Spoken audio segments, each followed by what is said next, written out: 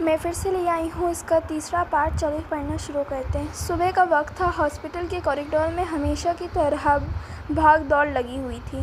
Nurse ادھر سے ادھر جا رہے تھے، ڈاکٹرز اپنی راؤنڈ میں مصروف تھے۔ ابلاج اپنے کیبن میں پیشنٹ فائل چیک کر رہی تھی، مگر اس کا دماغ کام سے زیادہ اپنے ماضی میں الجھا ہوا تھا۔ ہر تھوڑی دیر بعد کوئی پرانی بات اس کے ذہن پر دستک دیتی اور وہ بے چین ہو جاتی۔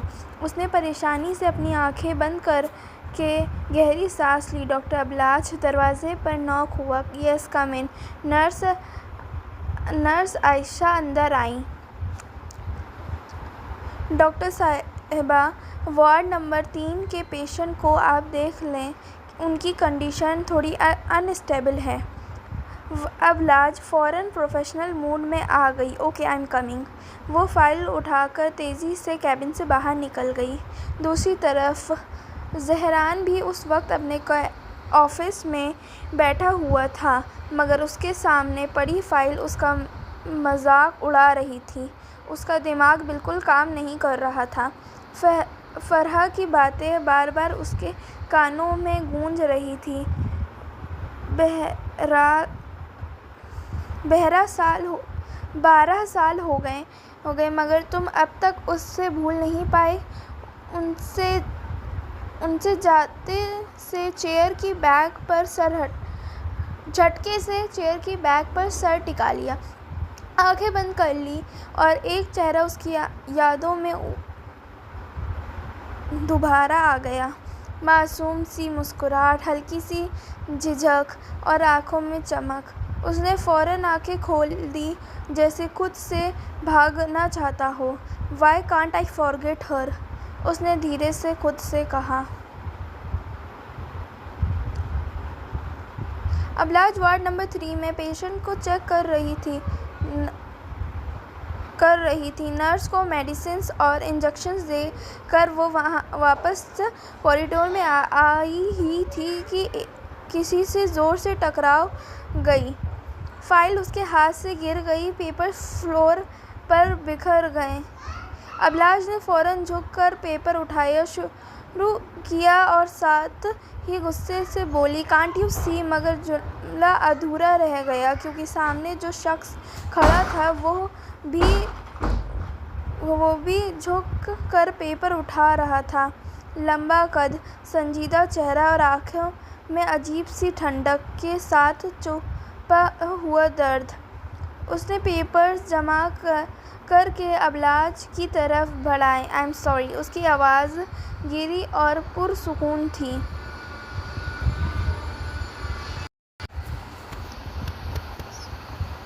ابلاج نے پیپر اس کے ہاتھ سے لیے مگر اس کی نظریں چند لمحوں کے لیے اس کے چہرے پر ٹک گئیں، جیسے کہیں دیکھا ہوا انسان ہو مگر یاد نہ آ رہا ہو۔ اس نے فوراً اپنی نظر ہٹا لی۔ اٹس اوکے، وہ اتنا کہہ کر سائڈ سے نکل گئی، مگر 2 قدم چل کر اس کے دل نے عجیب سی بے چینی محسوس کی۔ اس نے مڑ کر نہیں دیکھا، لیکن اسے محسوس ہوا کہ وہ شخص بھی اسے جاتا ہوا دیکھ رہا تھا۔ یہ کون تھا؟ وہ زہران تھا، اپنے ایک دوست کو دیکھنے ہاسپٹل آیا ہوا، مگر جس لڑکی سے اس کی ٹکرار ہوئی تھی اس نے اس کے اندر ایک پرانا بند دروازہ ہلا دیا تھا۔ یہ احساس اس نے دھیرے سے سوچا۔ اس نے سر جھٹکا اور خود کو نارمل کرنے کی کوشش کی۔ ابلاج کا انٹرنل ریئیکشن۔ ابلاج تیزی سے اپنے کیبن میں گئی، دروازہ بند کیا اور اپنے دل پر ہاتھ رکھ لیا۔ دل بہت تیزی سے دھڑک رہا تھا۔ کیا تھا یہ؟ اس نے خود سے سوال کیا۔ ابلاج، لوگ روز ملتے ہیں، مگر آج کیوں اس کا چہرہ ذہن میں رہ گیا؟ اس کی آواز کیوں کانوں میں گونج رہی تھی؟ ابلاج پریشان ہو گئی۔ اس نے خود کو ڈانٹا، stop it Ablaj, focus on your work. Zahran hospital کے کوریڈور سے گزرتا ہوا اپنے دوست کے روم کی طرف چلا گیا، مگر اس کا دماغ بار بار اسی لڑکی کی طرف جا رہا تھا۔ اس نے خود کو سمجھایا بس ایک معمولی سی ٹھڑک تھی، لیکن دل مان نہیں رہا تھا۔ تکرار تھی، وہ تھوڑا سا مجھے یہ پڑھنے میں دقت ہو رہی ہے، لیکن آپ لوگ تھوڑا سا اگنور کر دیجیے گا۔ چلیے پھر پڑھنا شروع کرتے ہیں دوبارہ سے۔ اس کے ذہن میں ابلاج کا چہرہ، اس کی گھبراہٹ اور اس کی آنکھوں کی اداسی بار بار آ رہی تھی۔ اس کی آنکھوں میں اتنا درد کیوں تھا؟ زہران نے سوچا۔ جناب اندر کدھر کھوئے ہو؟ بیڈ پر لیٹا ہوا اس کا دوست ہنسا۔ کیا یہ نام نہیں ہے؟ ہنسا ہے۔ زہران نے ہلکا سا مسکرانے کی کوشش کی۔ کہیں نہیں، دوست نے مذاق میں کہا۔ لگتا ہے ہاسپٹل آتے ہی کسی ڈاکٹر سے دل لے لیا ہے۔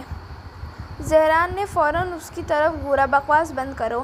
مگر اس کے دوست نے ہنس کر کہا، چہرہ سب بتا رہا ہے۔ زہران نے بات چینج کر دی، لیکن وہ خود جانتا تھا کہ اس کا چہرہ کیوں بدلا ہوا ہے۔ ابلاج نے کافی کوشش کی کام میں خود کو مصروف رکھنے کی، مگر ہر تھوڑی دیر بعد اسے اس اجنبی کی آواز یاد آ جاتی۔ I am sorry. اتنی سمپل سی بات تھی، لیکن اس لہجے میں جو نرمی تھی وہ اسے ڈسٹرب کر رہی تھی۔ اس نے پریشانی سے اپنی فائل بند کر دی۔ یہ سب فضول ہے، اس نے خود سے کہا۔ میں کسی اجنبی کے بارے میں کیوں سوچ رہی ہوں؟ اس نے پانی پیا اور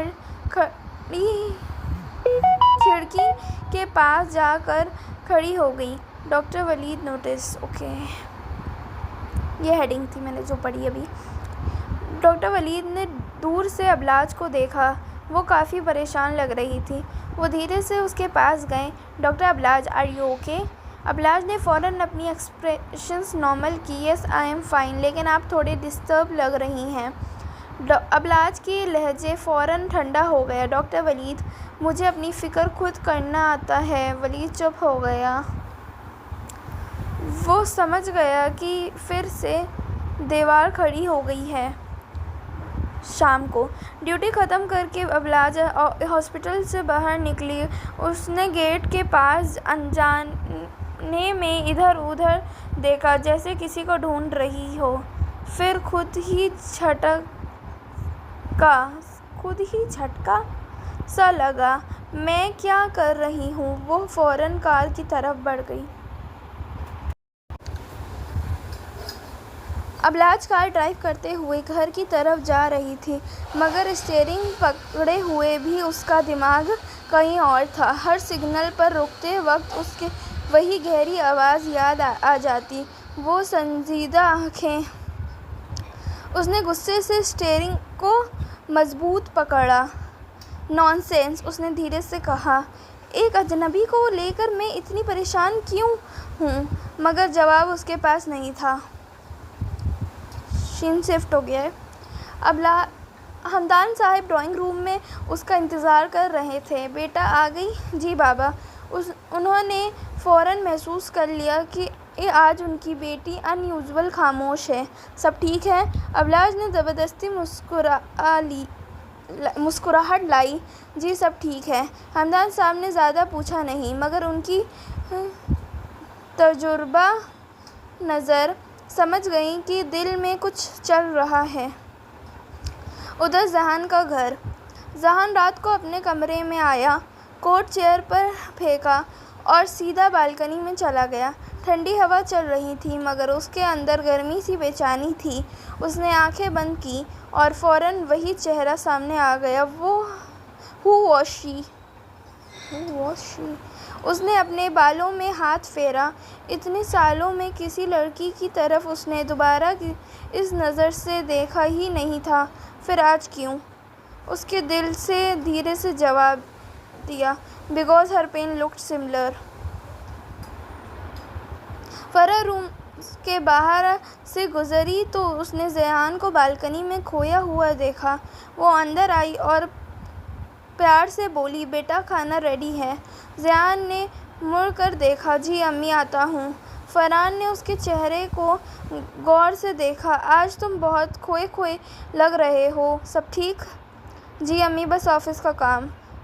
فرحان نے ہلکے سے مسکرایا، مگر ماں کا دل سمجھ گیا کہ بات آفس کی نہیں۔ اس رات دونوں نے نیند کی بہت کوشش کی، مگر ابلاج کو اجنبی سی آواز سونے نہیں دے رہی تھی اور ذیان کو اداس آنکھیں چین نہیں لینے دے رہی تھیں۔ دو لوگ، دو الگ گھر، دو الگ زندگی، مگر ایک ہی بے چینی۔